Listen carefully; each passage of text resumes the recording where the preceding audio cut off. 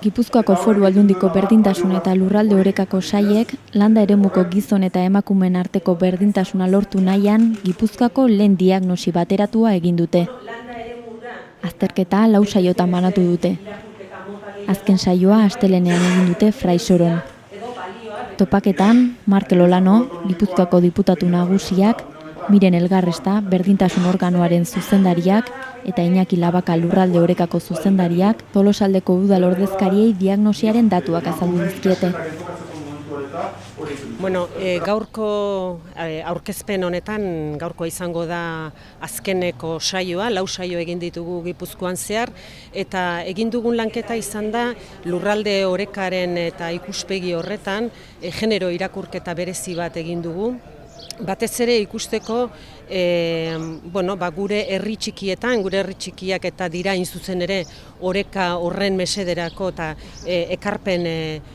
ezinbesteko ekarpena egiten dutena, batez ere osasun demografikoan. Hau da, gizon eta emakumearen partaidetza. Eta horretan ikusten dugu datu garrantzitsu bat, nun emakumearen presentzia apalagoa dela herri txikietan, herri handienekin konparatuta. Landa eremuan berdintasuna garatzeko politikak ari gara enfokatzen.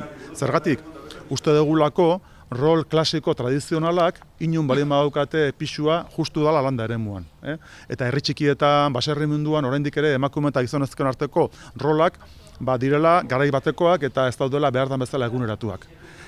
Horrek esan nahi duena da adibidez, eta guk egin dugu inkesta kuantitatibo handi bat lurraldean, eta horrek ematen dugun emaitza da, adibidez, emakumeek landa eremuan daukatela euren etorkizuneko espektatiba kanpoan, euren herritik eta euren gunetik kanpora.